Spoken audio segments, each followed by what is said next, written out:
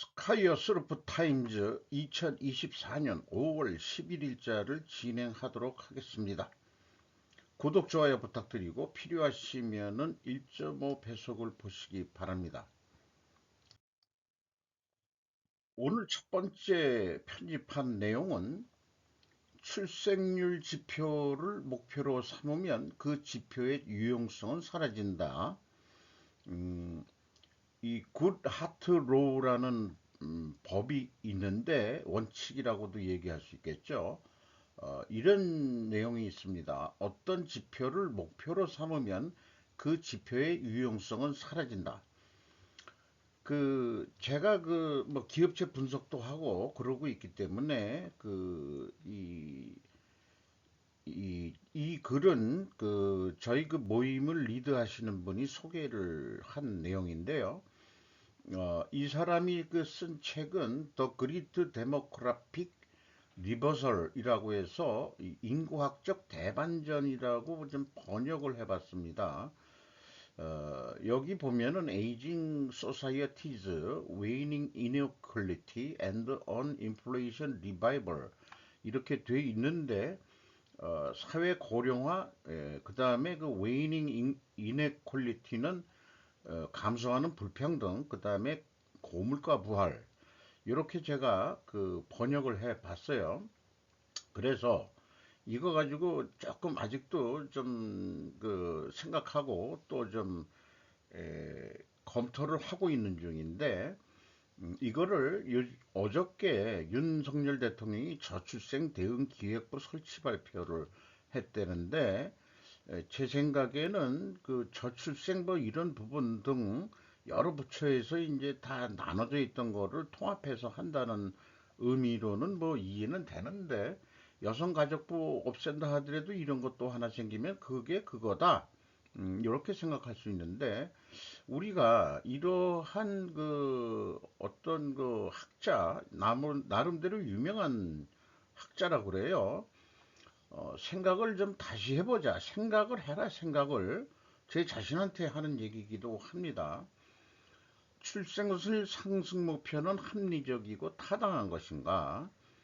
전 세계적으로 인구 감소는 선진국 경제로서는 출생률 감소는 어쩔 수 없는 상황인데 한국이 더 세계 최고의 어, 초, 저출생률이라고 그러잖아요. 근데 출생률은 그냥 경제 지표의 하나로만 보면 되는 거 아닐까? 이런 생각의 전환을 좀 해봐야 되지 않을까 생각을 합니다. 그 지표를 목표로 하면 그 지표의 유용성은 사라진다는 점이다. 이렇게 이제 표현을 해볼 수 있겠고, 따라서 출생률은 지표로만 사용하고 목표는 다른 것으로 해야 되지 않을까? 그래서 인구 증감에 따른 비용 발생, 많든지 적든지 간에 그 규모에 맞는 국가의 운영 비용은 비용 발생되는 것들은 오이라고 할 때 그건 고정비 성격이 되는 거죠. 인구 증감가 되든 어떻게 되든 기업은 좀 상황이 안 좋으면 사람을 자르죠. 인구를 감소시킵니다. 지금 그런 거 아니겠느냐? 자연의 뭐 섭리같이 선진국에서도 인구 이 비용 감소를 위해서 결국은 이 인구가 감소하는 거 아니냐? 이렇게 비유해 볼 수도 있겠고요. 그래서 국가의 수로풋을 증가시키는 목표만 잡으면 되는 거 아니겠느냐? 예를 들어서 물가로 치면 물가를 내리자라기보다는 물가 안정이라고 표현을 해봐야 되겠죠. 어, 그리고 이 소득과의 관계다. 일본은 임금이 인상됐다 하지만은 물가 상승으로 실질 소득은 내려갔다고 지금 아우성 치고 있습니다. 이런 생각을 해보게 됐어요. 그래서 출생률을 목표로 정부 재정 뭐 이런 거를 아무리 투입한다 그래도 좀 목표를 다른 쪽으로 잡고 출생률은 거기에 부가에서 나오는 그런 것이다라고 좀 봐야 되지 않을까 하는 생각을 한번 해봤습니다. 그래서 고령화 물가고로 어떤 정권이 한계가 있을 수밖에 없다. 뭐 이 선거하고 할 때는 갈아보자 뭐 어쩌고 저쩌고 뭐 민생 파탄 이따위들 얘기를 하고 있는데 좀 전 세계적으로 돌아가는 상황이라면은 우리나라가 좀 더 밑이라는 게 문제지만은 그만큼 이 인구가 아, 경인 지방에 너무 몰려 산 데에는 그런 구조적인 문제에서부터 나는 발생이 된다고 생각합니다. 그래서 어떤 정권이라도 한계가 있을 수밖에 없다. 다만 여기에서는 불평등이 감소한다. 이렇게 소개를 하고 있습니다. 여기에서 그 불평등이 감소한다는 것은 어쩜 부정적인 측면으로서는 중산층이 좀 없어지고 그 양극화를 이렇게도 좀 표현해 본 것도 아니겠느냐 이런 생각이 들어가요. 베이징대 교수 경론 러시아 패배 불가피 4가지 요인 팽 유진이라고 유전 이렇게 발음이 되겠네요. 코리어 재팬에서 보도를 했습니다. 중러 관계가 전문인 베이징 대학 교수 펑유준 이 사람이네요. 영국 잡지 이코노미스트에서 명쾌한 주장을 펼쳐 국제적으로 화제가 된 논거다. 그래서 이 전쟁은 냉전 이후의 전환점으로 세계적으로 중대하고 영속되는 영향을 가져올 것이라는 것이다. 네 가지 주요 원인이 이 전국에 작용할 것. 1번 첫 번째로 우크라이나들이 보여준 저항과 거국 일치 정도이며 이는 아직까지 남다르다라고 표현하고 있고요. 두 번째, 우크라이나에 대한 국제적 지원이다. 최근에는 동국의 기대에 부응하지 못하고 있지만 그 지원은 더욱 광범위한 것이다. 세 번째, 현대적 전쟁의 특질이다. 즉, 공업력, 지휘권, 통제권, 커뮤니케이션 첩보 시스템의 조합에 의존한 싸움이라는 것이다. 그런데 이게 좀 러시아가 한계가 있다고 그렇게 얘기를 하고 있고요. 네 번째, 결정적인 요인은 그 정보다. 브라드미르 푸틴 러시아 대통령은 의사결정에 관해 말하자면 정보의 고치에 갇혀 있다. 권좌에 이만큼 오래 있는 탓이다. 푸틴 대통령과 그의 국가안보팀은 정확한 첩보를 얻지 못하고 있다. 그들이 운영하는 시스템에는 잘못을 바로잡기 위한 효율적인 구조가 없는 것이다. 이렇게 진단을 하고 있네요. 이 네 가지 요인이 결합돼 러시아가 이긋고 패전을 당하는 것은 불가피하다. 조만간 러시아는 크림을 포함해 점령한 모든 우크라이나 영토에서 철수할 것이다. 푸틴이 직면한 국내의 정치 리스크에 대해서 풀어나갔는데 러시아의 핵능력이 있다고 해서 성공하는 것은 아니다. 핵무장한 미국은 조선이라는 표현이 나왔어요. 베트남, 아프가니스탄에서 철수하지 않았는가? 이거는 조선 전쟁이라고 이제 중국 입장에서는 그렇게 얘기를 하죠. 자기네들이 항미 원조에서 물리쳤다. 이런 의미로서 쓴 것 같습니다. 그리고 미국도 베트남 철수했고 아프리카에서 철수하지 않았는가? 그러니까 러시아도 철수할 거다. 이 전쟁은 우크라이나의 막대한 희생을 초래하고 있지만 그 견고하고 단결된 저항은 러시아가 군사적으로 무적이라는 미신을 무너뜨려 왔다. 우크라이나는 머지않아 불탄 흔적에서 되살아날지도 모른다. 전쟁이 끝나면 유럽연합과 북대서양 조약기구 나토에 합류할 가능성도 점쳐진다. 이 전쟁은 러시아의 하나의 전기다. 푸틴 정권을 국제적으로 크게 고립시키기 때문이다. 바그너 그룹이죠. 바그넬이라고 되어 있는데 용병들이 역모했었고 벨고로드 등 다른 지역에서의 군사적 몸싸움부터 러시아 여러 지역에서 민족적 긴장관계, 모스크바에서 최근 발생된 테러 공격에 이르기까지 푸틴은 국내의 어려운 정치적 저류에도 대처해야 했다. 이들이 보여주는 것은 정치적 리스크가 러시아에서는 매우 높다는 것이다.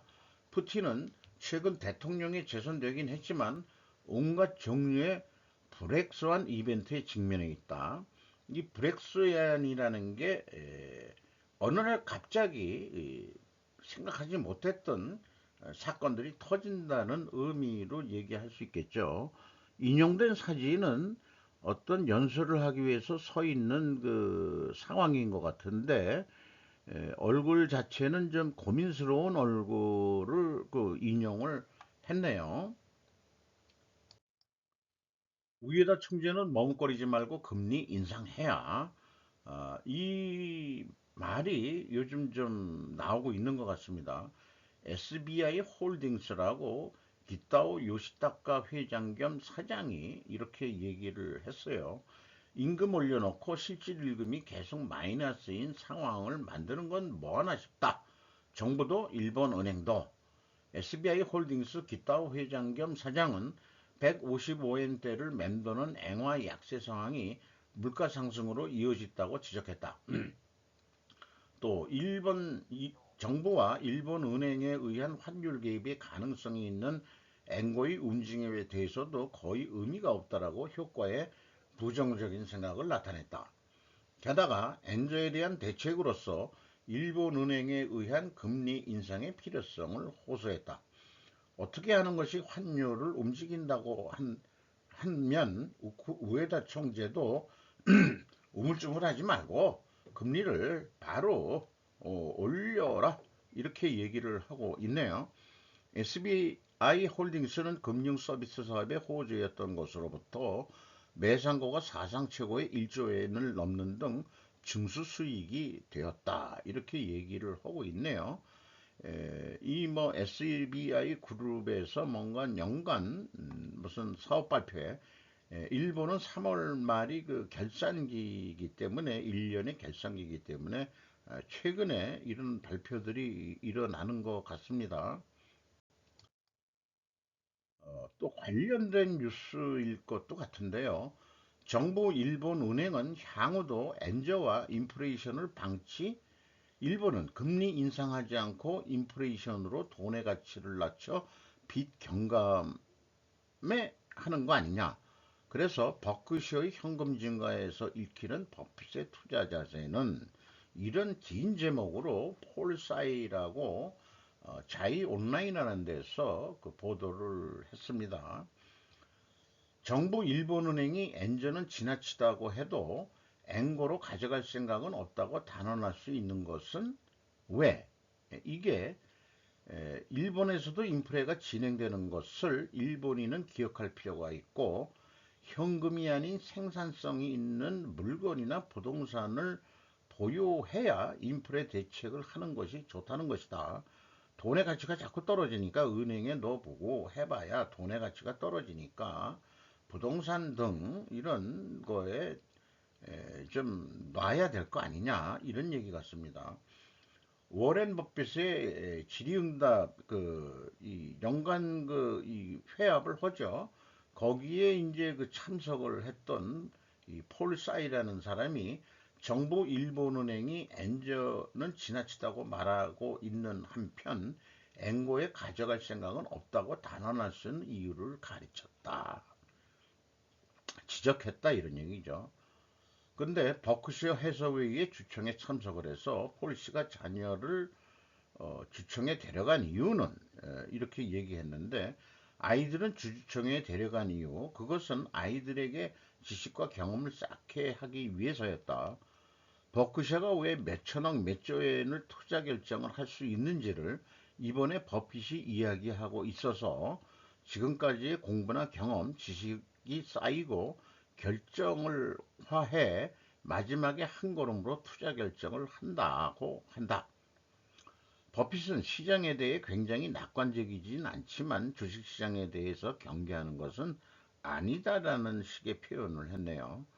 워렌 버핏의 비즈니스 모델은 위기 때 크게 투자하는 것과 대차대조표를 강하게 하는 것으로 큰 안건이 아니면 투자할 수 없기 때문에 현금, 캐시가 증가하는 것은 어떻게 하면은 지금은 위기가 아니고 크게 투자할 시기도 아니라고 할 수 있을 것 같다라고 자기는 진단한다는 거예요. 캐나다의 투자 얘기는 자원관계 회사에도 이제 매수할지도 모른다고 버핏이 힌트를 주는 것 같다. 이렇게 얘기를 하고 있네요. 일본은 금리 인상하지 않고 인플레이션으로 돈의 가치를 낮춰 빚을 가볍게 할 방침이다. 그러니까 정부가 계속 저기 돈을 풀어야 되니까 국채를 꽤 많이 발행해 가지고 이자가 매년 많이 나가니까 금리를 올리면은 일본 재정이 문제라 이거죠. 그러니까는 금리를 안 올렸으면 하는 거죠. 그리고 그걸 30년을 지금 어떻게 해서든지 버티고 왔는데 에, 안 망하고 그 정도 버틴 것만 해도 잘했다고 평가하는 사람들이 또 있습니다. 그래서 예금이 많은 사람은 당하게 된다. 가장 본질적인 문제를 해결한다면 일본의 금리 인상이라고 생각한다. 이 사람도 결국은 금리를 인상해야 되지 않겠냐라는 의견을 개진하고 있네요. 다만 일본의 빚을 생각하면 공적으로나 사적으로나 금리 인상하기가 어렵고 금리가 상승하면 경제 전체에 문제가 되죠. 지금의 160엔이 갑자기 110엔, 100엔이 되면 일본은 대불황이 되어버리기 때문에 그것은 바람직하지 않은 것 같다. 금리가 인상이 되면은 지금 빚을 가지고 있는 사람들은 더 문제겠죠. 일본인은 현금을 갖고 있고 앵화 약세로 실질적으로 가난해지고 있기 때문에 정부 일본은행은 앵화 약세가 지나치다고 해야 하지만 이 상황을 받고 앵화 강세로 끌고 가고 싶은 생각은 없다고 폴 씨는 단언했다. 덧붙여서 저금리로 정부가 일반인의 부를 억제해 정부의 빚 문제를 대응하는 것은 미국에서는 별로 할 수 없는 것이라고 한다.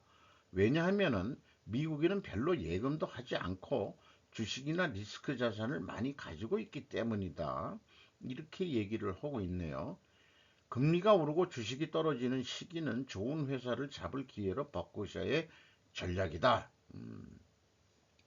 일본 경제가 그다지 강하지 않은 것도 일본의 테크놀로지주에는 역풍인 것 같다. 일본에는 소재나 반도체 관련 재료로 관심 있는 회사는 많지만 소프트웨어로 구글, 페이스북, 엔비디아 같은 회사는 기본적으로 없다는 것이었다. 4월 9일 방송된 월드 마켓즈에 출연한 폴씨의 마켓 해설이었다 이런데 에, 이게 일본인이지만은 뭐 미국에서 활동하는 사람 같기도 해요. 어, 뭐 그런 것 같습니다. 상당히 졌지만 40대에 투자 관련 이런 데서 나름대로 좀 성공을 한 사람이라고 프로필에 나와 있습니다. 상당히 참고가 되는 거를 얘기를 했고 어쨌든 금리 차이가 너무 심하기 때문에 에, 그 금리 차이라면 돈이 일본에서 빠져나가야 되는데 왜 안 빠져나가고 외국 자본이 계속 들어오느냐 그러면 그 중국에서 넘어온 거죠. 그 돈이 한국에도 좀 많이 들어왔으면 좋겠지만은 한국에서는 그렇게 한국에 많이 들어온 것 같지는 않습니다. 중국에서는 외국 자본이 많이 빠져나간 것으로 또 소개가 되고 있죠. 유명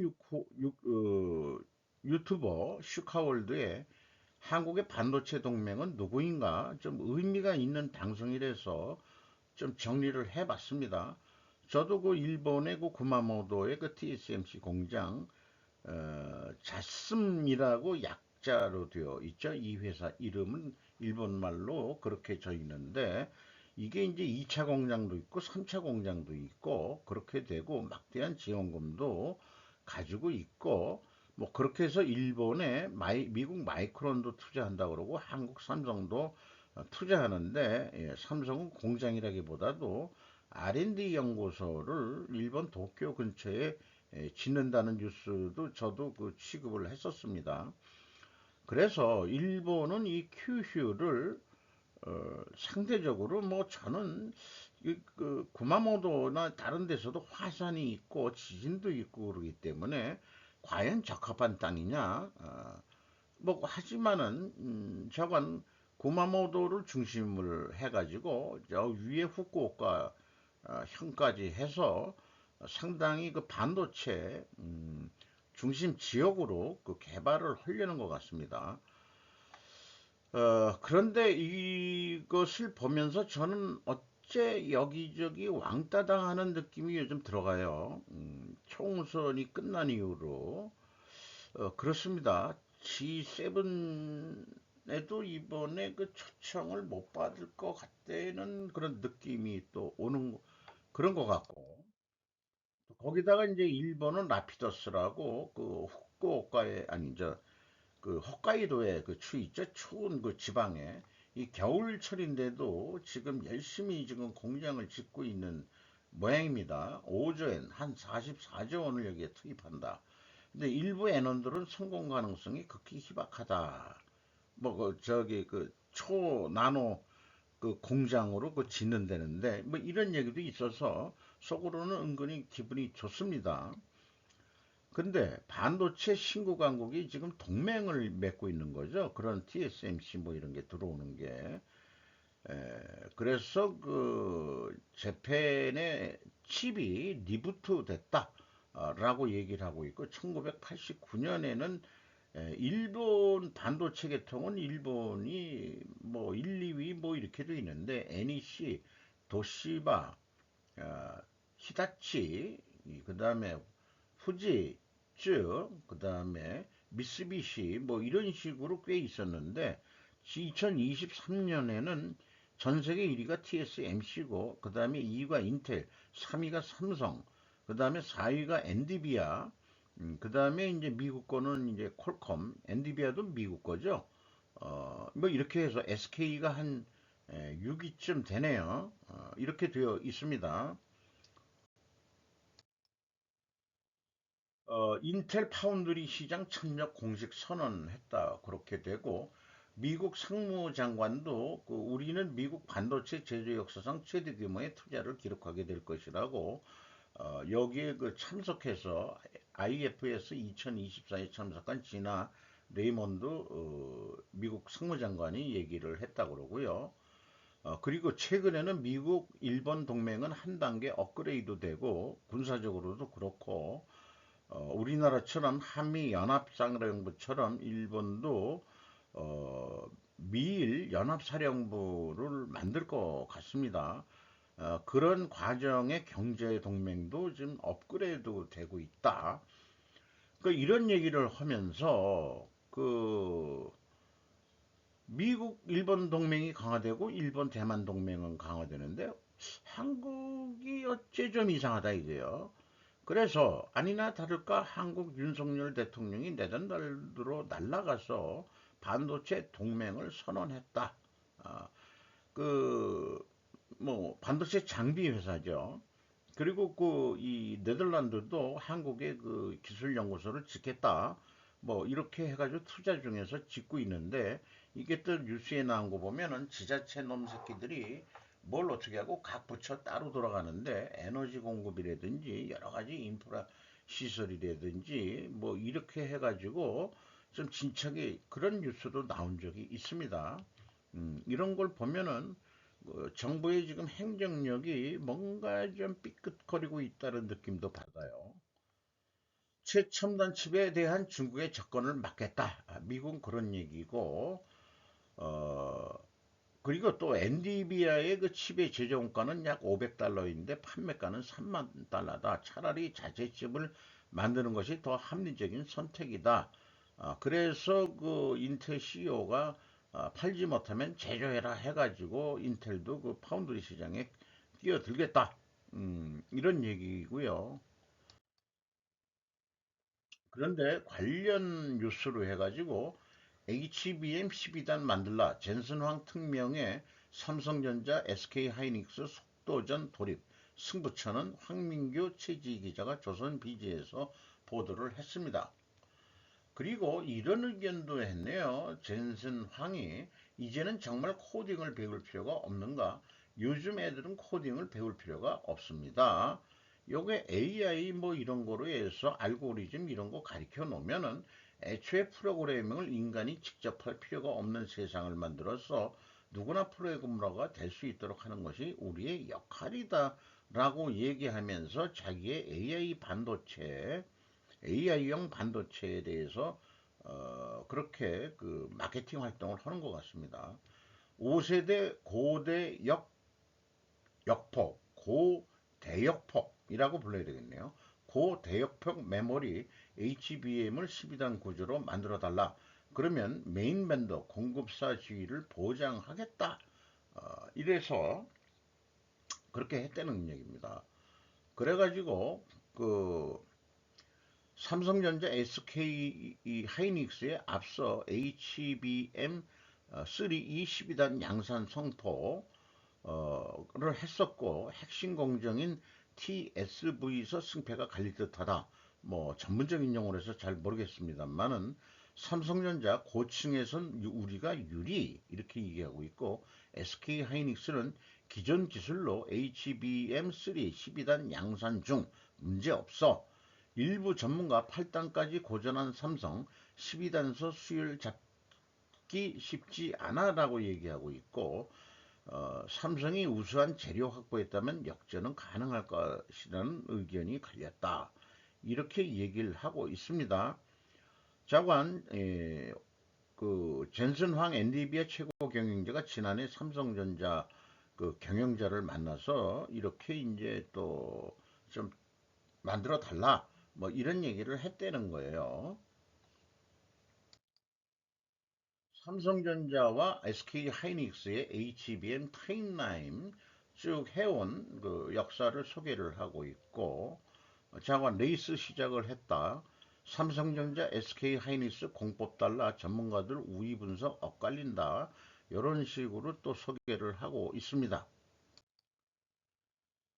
대기업 집단 시가총액 순위가 권오은 기자가 조선비즈에서 했는데 10위까지 나온 걸 보니까 1위는 아직까지 삼성이고요. SK, LG, 현대자동차가 4위고 포스코, 어, HD 현대가 좀 올라왔다고 그러고요. 셀트리온이 7위네요. 카카오, 한화, 네이버 이렇게 되고 있고 11위부터 20위까지는 두산, 롯데, CJ, LS, 한진, KTNG, 영풍, HMM, GS, KT 이렇게 나와 있네요. 시가로. 이게 그룹이겠죠? 그룹. 개인 그게 아니고. 어, 근데 그 셀트리온은 지금 1분기에 그 실적이 내려갔어요. 헬스케어하고 합병을 하면서 어, 그거 지금 기억이 나는데 1분기 거 한번 분석을 해보고 싶고 그렇습니다. 자, 또 유명 유튜버라기보다도 유튜브에서 이제 활동을 안 하고 그 저기 그 네이버 그쪽 TV 방송으로 하고 있는데 제목이 너무 좀 무서워요. 2050 한민족 전멸 프로젝트라고 좀 부정적이긴 해요. 그 제목이 에, 전멸, 그 한국이 없어진다. 이런 식으로 그 제목 관심을 끌어가지고 하는 거 너무 제목도 인프레를 시켜가지고 얘기하는 거 아니냐. 좀 상황에 맞는 표현들을 좀 했으면 좋겠는데 이게 그러면 2050년에 한민족이 전멸한다 그러면은 이 사람의 방송이 그러면은 뭐 전문적으로 맞았다 하지만은 좀 경각심을 주기 위해서 이런 제목을 쓰기는 쓰는 것 같습니다만은 제 개인적으로는 좀 수용하기가 껄쩍지근해요. 뭐 그렇다기보다는 자관 쭉 그 상당히 이 아는 지식을 많이 동원해서 이것저것 많이 얘기를 해가지고 혼란스럽긴 한데 한번 좀 제가 이 편집을 좀 해봤습니다. 얘기하는 것을 이제 뭐 나름대로 이제 타이핑도 좀 해보고 그렇게 됐는데 한국은 내수 시장이 부족하기 때문에 무조건 수출로 먹고 살아야 하며 글로벌 리스트가 되지 않으면 생존할 수 없다. 그러니까 여기서부터 먼저 결론을 내고 있어요. 중국 새끼들하고 붙으면 안 된다 이거예요. 글로벌 리스트들하고 붙어야 된다. G7은 돈 많은 나라에 수출이 G7 돈 많은 나라에 수출해서 먹고 살아야 된다. 세계와 유태인들이 만들었다. 개입이 안 된 곳이 없다. 그 네트워크를 이용하여 한국이 성장했다고 해석해야 한다. 우리는 글로벌 리스트의 기득권자다. 엄청난 손해를 본 적도 있지만 말이다. 프랑스의 이상적 좌파 운동으로 가난해졌다. 식민지를 잃어버리고 식민지는 공산주의가 되었을 뿐이다. 반유대주의 운동의 국제 코민트렌이 뒤에 있다. 국힘에도 친중 정치인들이 대거 포진해 있다. 경상도에 중국 애들이 진출하고 있다. 경상도도 중국화하는 전략을 하고 있다. 싱하이민 부산 총영사 출신이었다. 엄청 매수 작업을 했었다고 진단을 하고 있습니다. 경남 도지사도 중국에 넘어가고 있고 또 경북 도지사도 싱하이밍 주중대사 만나가지고 뭔 얘기들을 했고 이철우 도지사가 요게 이철우가 경남도지사명이에요. 서울 폐기물 처리 시설 전격 방문 뭐 이런 것도 있고 저건 폐기물 소각장 문제가 정치 이슈화 돼야 될 것 같습니다. 반중 친미를 또라이로 모는 공작들이 있고 쓰레기 소각장에는 친중 국회의원 새끼들이 있고 이재명과 커넥션이 돼 있고 그 뒤에는 중국이 있다.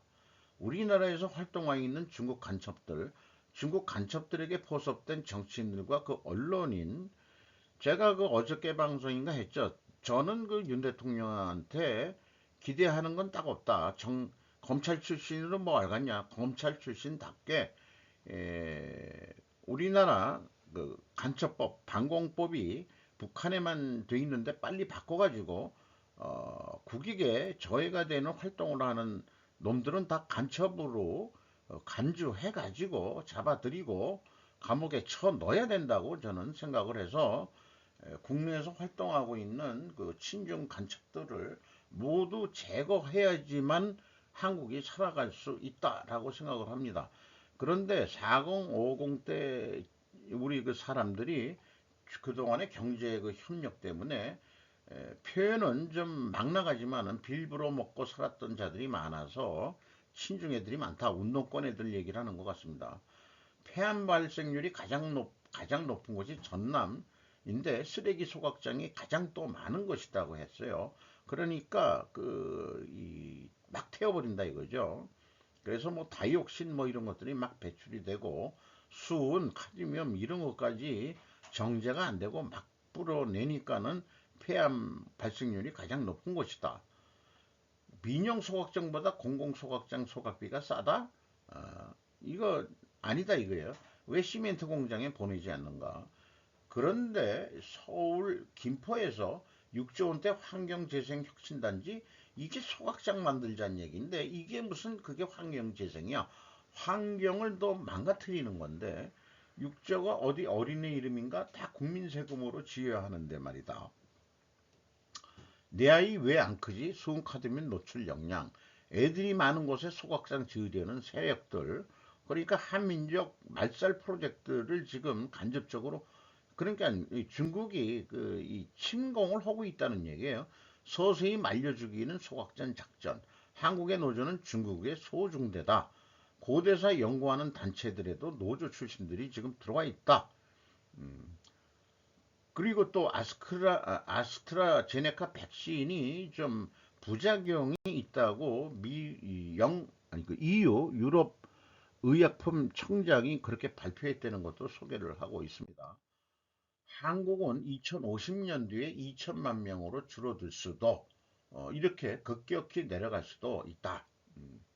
저는 이거를 자연현상으로 그냥 내비두라고 나는 얘기를 하잖아요.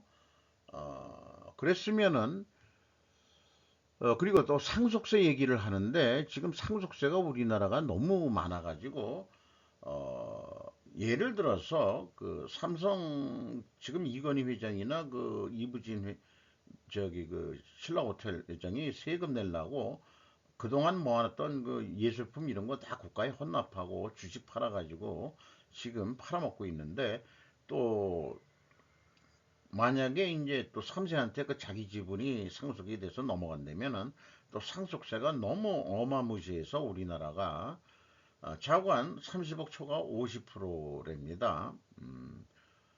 지금 그래서 일반 국민들 개개인도 이게 상속세가 부자만 내는 세금이 아닌 이유 안수남 세무사를 빌어서 얘기했는데 우리 아파트 요즘 한 채 만에 10억이 넘죠? 그 30%인데 누진 공제액은 6천만 원 정도뿐이 안 되고 아파트 한 채 상속받아도 그 세금 6천만 원 공제된다고 하더라도 한 9억 얼마에 30% 때리면은 한 3억을 내야 되는 거 아니에요? 이래 가지고는 이거 대한민국 다 거지 만드는 거다. 이런 얘기예요. 저는 상속세 없애야 된다고 주장하는 사람입니다. 경제학자보다 쉽게 이해할 수 있게 풀어냈다고 저는 생각을 합니다. 이 방송 내용이. 최근에 윤 대통령이 한 표현 중에서도 금투세를 폐지하지 않는다면 우리 증시에서 엄청난 자금이 아마 이탈될 것입니다. 1,400만의 개인 투자자들에게는 뭐 이런 거를 좀 폐지해야 되지 않겠냐라는 거였는데 야당의 반대로 그것도 못하고 있다. 그런 것이고 자금이 미국으로 주식으로 갈 거다. 강달러 현상이기 때문이다. 그럼 미국 주식해도 뭐 세금 안 떼냐? 떼는데 강달러이기 때문에 떡고물이 더 크게 떨어진다. 이런 식으로 표현을 하고 있습니다. 그래서 잃어버린 30년 일본 사실상 평행선 유지한 것만도 정말 잘한 것이다. 그러니까 우리나라에서 뭐 한다고 해서 뭘 자꾸 하겠다 하지 말고 그냥 아무것도 하지 말라고 이 사람은 이제 얘기하는 거예요. 그리고 25만엔 현금으로 안 줄 거다. 25만 원. 무슨 저기 이 성남 시장이나 그 경기도지사 할 때 써먹던 방법으로 무슨 카드 무슨 동행 카드 무슨 거 해가지고 돈 쓰게 만들면서 그 카드 회사 이런 거를 통해 가지고 비자금을 형성한 뭔가 그 길이 있대요. 음. 그뭐 짜투리 빼내는 방법 뭐 여러 가지 있답니다. 네, 그런 거가 있어요.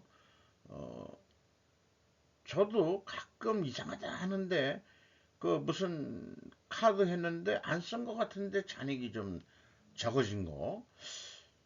그거 내가 어디 있었지? 그래서 영수증을 저는 꼭 챙깁니다. 영수증을 챙겨가지고 항상 맞춰보는데 가끔 한 몇천 원 정도 틀릴 때가 있어요. 이런 거 좀 저도 의심을 가지고 있습니다.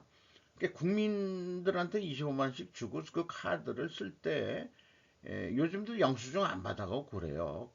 한국 사람들 그걸 알기 때문에 저는 악착같이 챙겨가지고 맞춰봅니다. 그런 데서 이렇게 조금씩 빼먹는 방법 이런 게 지금 걱정이 됩니다. 모든 물가는 석유와 연결되어 있다고 표현하고 있고 달러값 더 뛰면 제2의 아시아 위안위기 올 수도. 그리고 차이나론의 마음 급한 중국 시진핑 미국 기업 대표들을 만나서 계속 투자해달라. 이게 지금 2023년에 외국 자본이 급격히 빠져 나간 거죠. 투자를 안 한다 이거죠. 지금 이렇게 돼 있다는 얘기고 제목은 아무것도 하지 말라. 현재 기막힌 타이밍으로 이루어진 일들이 이렇게 많이들 있는데 에, 아무것도 하지 마라. 그게 오히려 지금 현재 한국 경제가 디프레이션 돼가고 있기 때문에 뭘 해본다고 그런들 잘 안 되니까 일본한테 배울 건 배워라. 우리가 그 공무원 애들이 일본 거 지금도 베끼고 있어요. 그러니까 우리도 지금 디프레이션에 접어들었다고 저도 보고 있는데 좋다. 일본 거 베껴가지고 어떻게 버텼는지를 좀 배워라. 이런 얘기를 하고 있는 거예요. 지금이 이조 말과 같은 상황이다. 왜냐 그러면은 이모군란 때 민비를 죽이려고 하는데 죽지 않아서 도망가서 청일전쟁이 일어났고 을미사변 때도 죽지 않았기 때문에 러일전쟁이 일어났다. 일본 끌었다가 러시아 끌어들었다가 뭐 이래가지고 그러니까 서구 열강들은 조선이 저거 이리 갔다 저리 갔다 하고 자빠졌으니까 일본 보고 아이 우리 남쪽 그 먹고 필리핀 뭐 이런데 또 베트남 이런데 먹기 바쁘니까 그래 니들이 먹어 이래서 이제 조선 식민지가 된 거고, 청일전쟁 때 그 산동반도를 그 얻었는데 삼국 간섭으로 해서 독일하고 뭐 어딘가 프랑스하고 어디가 그 니들이 그거 가지면 안 되지 이렇게 해서 일본도 그때는 힘이 그렇게 있었던 건 아닌데, 그러니까 그 산동반도를 반환했잖아요. 그런데 거기를 독일의 새끼들이 먹었죠. 그래서 그 칭따오 맥주가 그 독일 맥주 기술이기 때문에 칭따오 맥주는 맛있긴 맛있어요, 먹어보면은. 그런데 이번에 만날 때 요거는 그 싱하이밍이가 약간 꼬다란 보리처럼, 이게 대사면은 한국 야당 대표, 이게 꼬붕이라는 게 이게 증명이 되는 겁니다. 싱하이밍이 오라 그러면 야당 대표가 가요? 아니, 중국 대사 새끼 수준이 어떤 건데 그럼 지가 찾아가야지. 근데 중국 대사관에 오라 그래가지고 한참 훈수를 두는 거죠. 중국이 패배하는데 그 한국이 방점을 둔다면은 그거 문제 있을 거다 하고 협박하는 그런 시간이었죠. 2시간 동안 A4 용지 10장 꺼내가지고 읊었다 하는 얘기예요. 컨셉이 같다. 그래서 지금 이 사람은 민비, 이재명을 민비와 같이 비유를 하고 있어요. 민비처럼 그 민비를 죽여야 된다는, 이재명을 죽여야 된다는 게 아니고 현대 사회니까 이 사람은 이재명을 감옥 깜빵에 바로 넣어라, 이렇게 얘기하고 있는데 이게 이상하게 안 된다 이게요 지금. 왜 그런가 몰라. 지금 정부에서도 이재명이를 뭐 글쎄 법치국가니까 뭐 그런 식으로 하는데, 이 그 이정석 검사라고, 이정석 검사가 그 이재명 대표 수사를 위한 전담 수사팀을 2023년 9월에 구성을 했는데, 그 10월 달에 그 개인 비위 의혹이 제기돼 가지고 지금 그것도 제대로 잘 안 들어간다. 5월 8일날 서울 종로구 헌법재판소 1회 변론기 있었다. 뭐 이런 것까지 하는데, 이런 거는 전 몰랐던 정보인데, 이정석 검사 이런 거 있는데 그 요즘 검색을 해서 좀 배워봐야 되겠어요. 국내 정치를 제가 좀 잘 안 보다 보니까. 그러니까 이 사람은 한국 정치는 현상 유지만 잘해라. 아무것도 하지마 하지마. 이런 얘기예요. 그리고 민주당이 집권하면 독도 일본에 뺏긴다고 단언하고 있고, 미 항공모함이 동해안으로 들어올 것이다.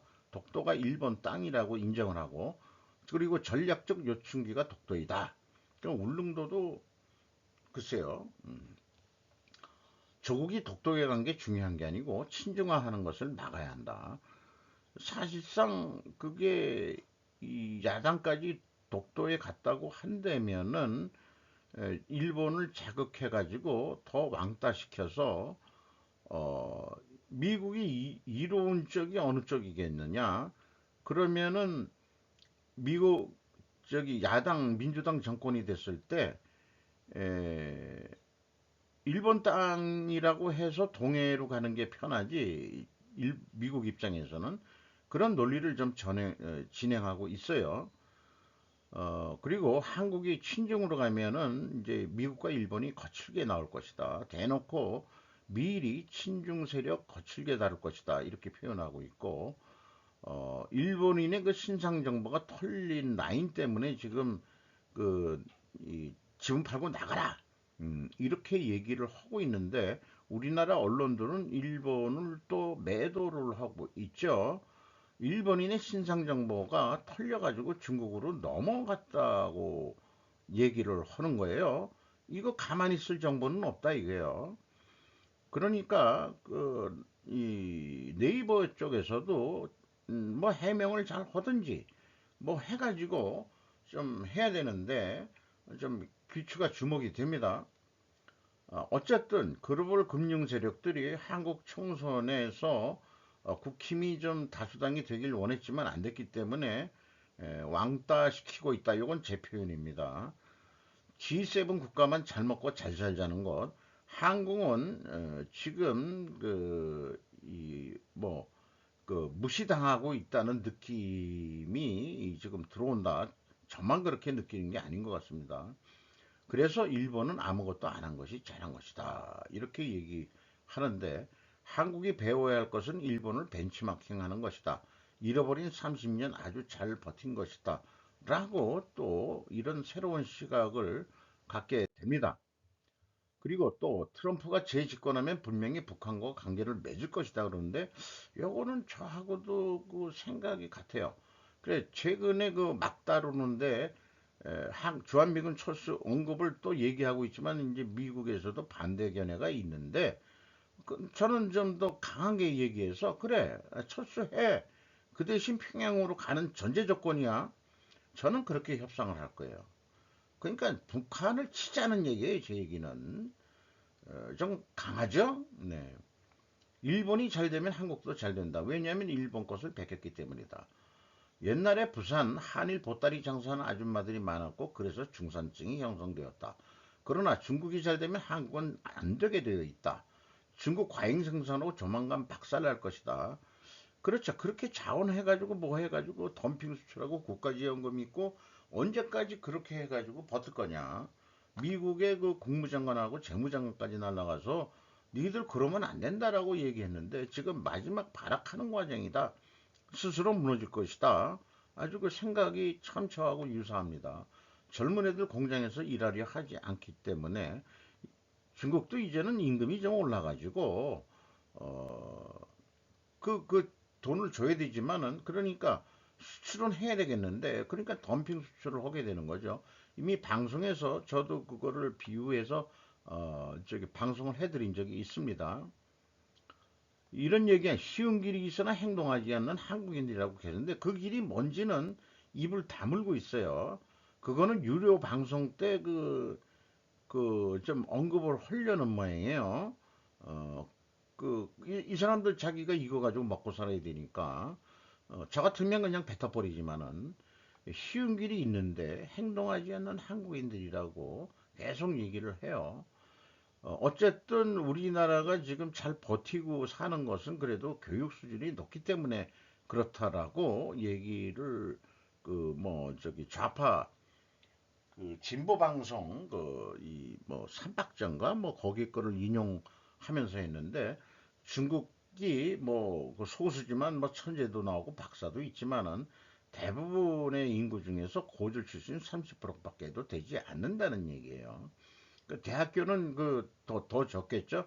그런데도 일자리가 현재 없죠. 대학교 나와가지고 어 그래서 그 우리나라는 뭔가 시대가 변하면은 그래도 적응력이 빨랐다. 교육을 받은 사람들이 많아서 나름대로 희망을 가지면서 얘기를 하고 있습니다. 1950년대부터 교육 투자비에 대해서 교육 예산이나 이런 거는 절대로 안 깎았다 하는 어떤 정권이 있더라도 그런 건 했었다. 이렇게 얘기를 하네요. 요거는 미국의 어떤 노숙자 여성이 서른 몇 살이라는데 34세 이런 편의점 마트 이 꼭대기에는 이렇게 이 삼각 지붕 여기에서 살았다 하는 게 해가지고 떠나긴 떠났는데 미국의 이런 노숙자 현황 이런 미국의 하류 인생들의 하나 뉴스들이 또 나와 있습니다. 미국 노숙자들이 좀 많다 그러죠. 세계 뭐 패권국가다 경제 뭐 1인당 국민소득이 가장 높은 나라다 뭐 하지만은 그게 이제 예, 빈부 격차 이런 등등에서 사회에 실패하신 사람들이나 여기 공간 안에 컴퓨터도 있고 커피 내리는 기계도 있었고 자그만 그 침대도 어떻게 해서 직원들이 이 여기에 어떻게 올라갔는지를 지금도 알 수 없다. 그러니까 걸려가지고 결국은 떠났는데 지금 뭐 나름대로는 충분하고 안전하고 저렴한 주택을 확보하는 것은 우리 지역사회가 해결하기 위해 협력해야 할 전국적으로 광범위한 문제라고 에이드리언 그죠? 에드리언 챈스는 더 이상 언급을 피하면서 말했다. 뭐 이런 식의 소개가 있었네요. 좀 이상 마치도록 하겠습니다.